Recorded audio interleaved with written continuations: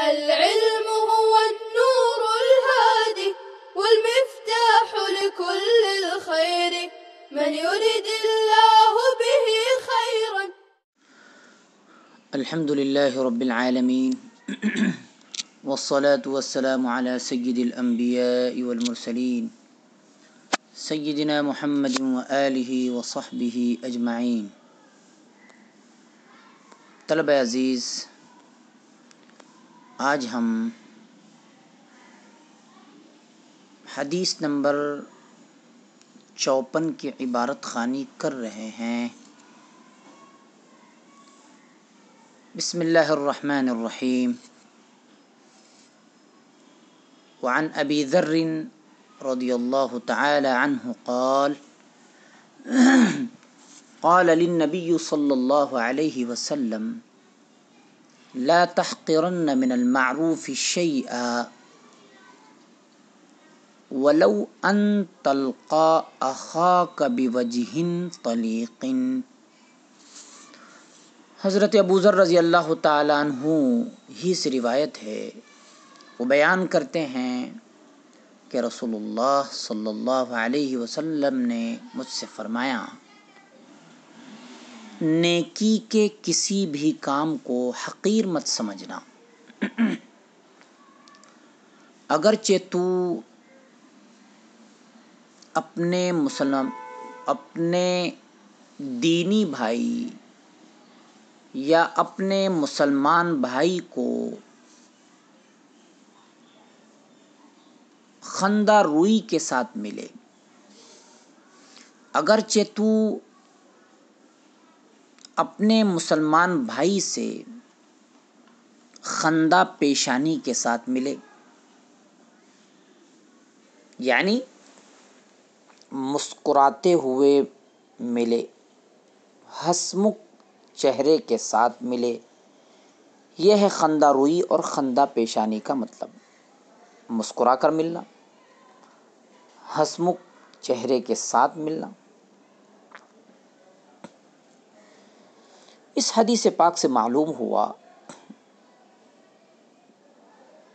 کہ مسکرا کر ملنا، ہنسمکھ چہرے کے ساتھ ملنا بھی نیکی ہے، کیونکہ ایک تو یہ انسان کے حسن اخلاق کی دلیل ہے، دوسرے اس سے مسلمانوں کے درمیان الفت پیدا ہوتی ہے جو مطلوب و محبوب عمل ہے.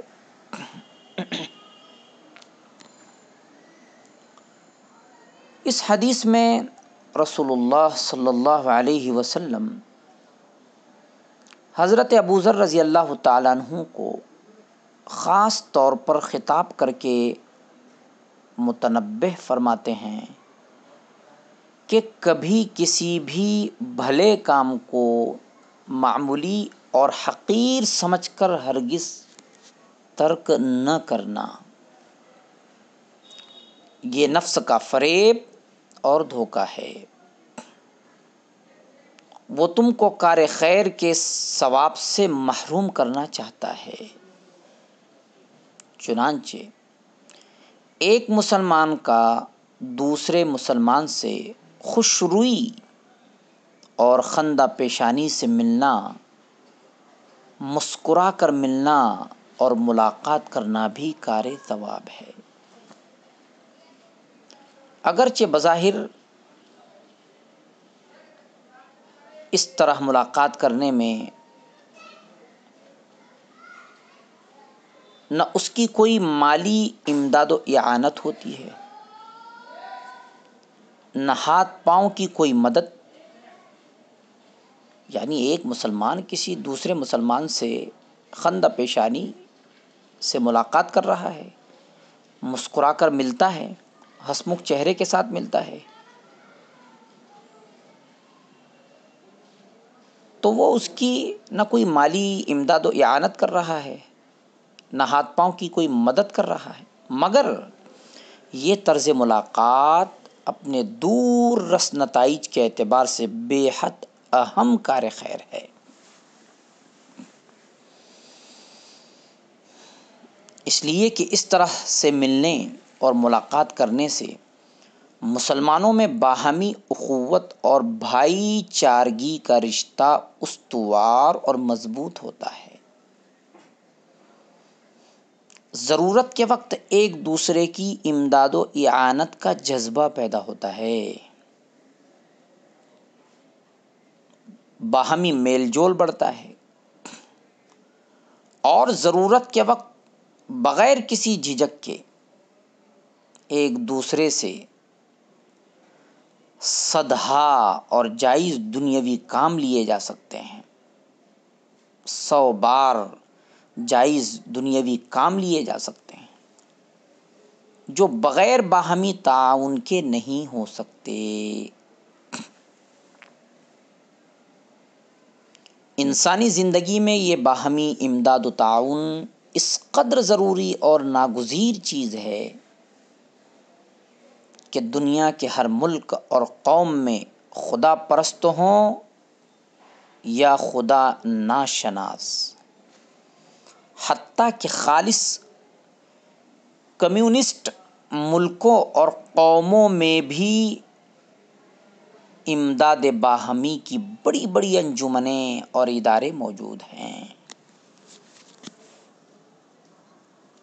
فرق صرف اتنا ہے کہ وہ صرف دنیاوی کاموں میں، خواہ وہ کام جائز ہو خواہ ناجائز، امداد باہمی کے منصوبے اور پروگرام بناتے ہیں۔ خدا پرستی، دینداری اور آخرت کے وہ سرے سے منکر ہیں یا غافل ہیں، اس لیے دینی کاموں کا ان کے یہاں سوال ہی نہیں۔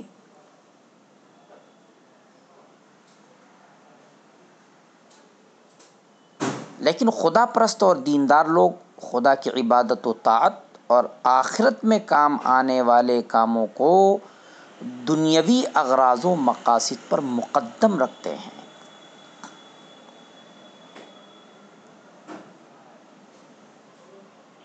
اور مرنے کے بعد ایک ابدی اور لافانی زندگی پر یقین و ایمان رکھتے ہیں۔ اس لیے ان کے نزدیک دینی کاموں میں باہمی امداد و تعاون دنیاوی کاموں کی بنسبت زیادہ ضروری ہے، اور دنیاوی کاموں میں امداد و تعاون صرف شرعاً جائز کاموں تک محدود رکھتے ہیں، اور گناہ و نافرمانی میں باہمی امداد کو حرام اور ممنوع سمجھتے ہیں۔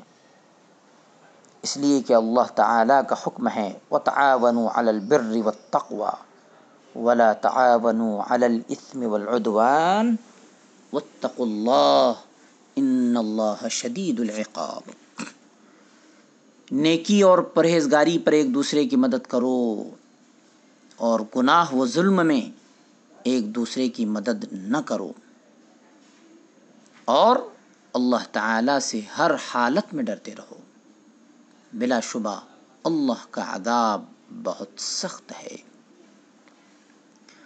بہرحال یہ شرعی تعاون اور امداد باہمی یعنی ایک دوسرے کی مدد کرنا مسلمان کے لیے بھی ناگزیر ہے، ضروری ہے، اور اس کی راہ یعنی اس کا راستہ اندازہ لگائیے حکم شرعی میں کیا حکمت و مصلحت ہے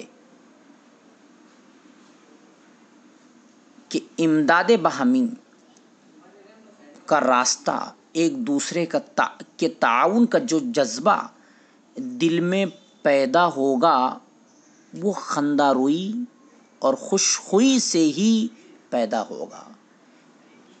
یعنی ہم روز مرہ کی زندگی میں ایک دوسرے سے مسکرا کر ملنے کی عادت ڈالتے ہیں، ہنسمکھ چہرے سے ملاقات کرتے ہیں، تو اس کی برکت سے ایک دوسرے کے تعاون کا جذبہ اور ایک دوسرے کی خیر خواہی کا جذبہ ہمارے دلوں میں پیدا ہوگا۔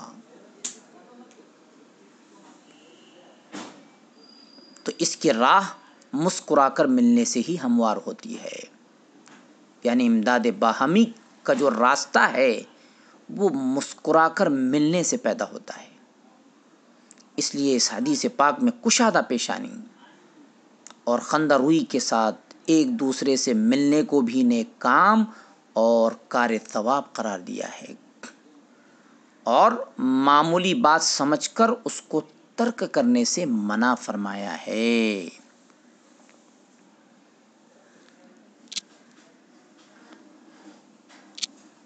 مزید اس حدیث کی تشریح محدثین کرام رحمہم اللہ نے فرمائی ہے، اور خاص طور پر مولانا ادریس کاندھلوی رحمۃ اللہ علیہ فرماتے ہیں کہ اس حدیث سے معلوم ہوتا ہے کہ خندہ پیشانی سے ملنا نیکی ہے.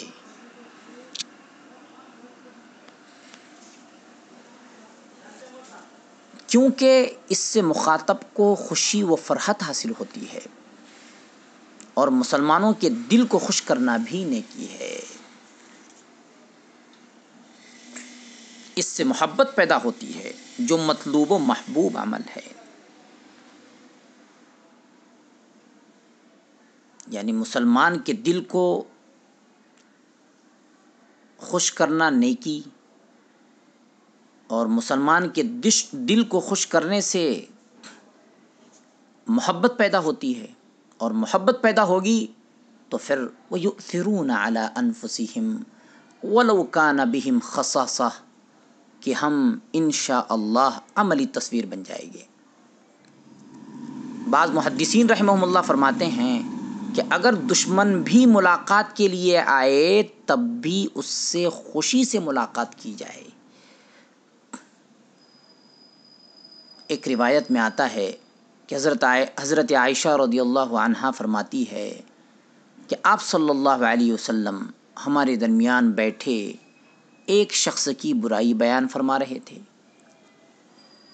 کچھ دیر کے بعد وہی آدمی حاضر ہو گیا تو آپ صلی اللہ علیہ وسلم اس سے بھی بہت ہی بشاشت کے ساتھ ملے. اللہم الف بین قلوبنا واصلح ذات بیننا. اللہم انا نسألک حبک وحب من یحبک والعمل الذي يبلغنا حبک. صلی اللہ تعالی علی خیر خلقہ سیدنا محمد وآلہ وصحبہ اجمعین برحمتک یا ارحم الراحمین. السلام عليكم. لا تنسوا الاعجاب بالفيديو والاشتراك في القناة تشجيعا لنا لنستمر بنشر المزيد إن شاء الله.